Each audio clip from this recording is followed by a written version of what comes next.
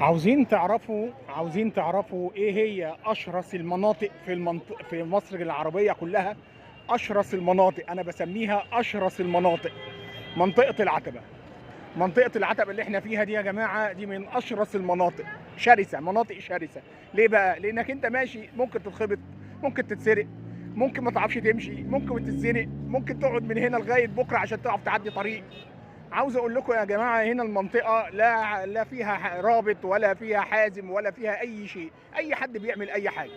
الناس زي ما انتم شايفه بتفرش على الرصيف، واحد بتعليف اهو زي ما انتم شايفين. الناس ماشيه شمال والناس ماشيه يمين، ما تعرفش مين رايح فين ومين رايح جاي ازاي. زي ما انتم شايفين اهو يا جماعه. يعني انا عاوز اقول لكم الناس هنا، عاوز اقول لكم والله العظيم الناس هنا ماشيه زي ما تقول ايه، مغمضه عينيها، ما تعرفش، ماشيه بالدفع. زي ما انتم شايفين اهو. انا لسه ما دخلتش على الزحمه كمان. بصوا شايفين الدنيا عامله ازاي. والله انا بضحك. الناس المسؤولين سايبين ده كله ليه؟ الناس المسؤولين سايبين ده كله ليه؟ بصوا الناس فارشين في كل حته.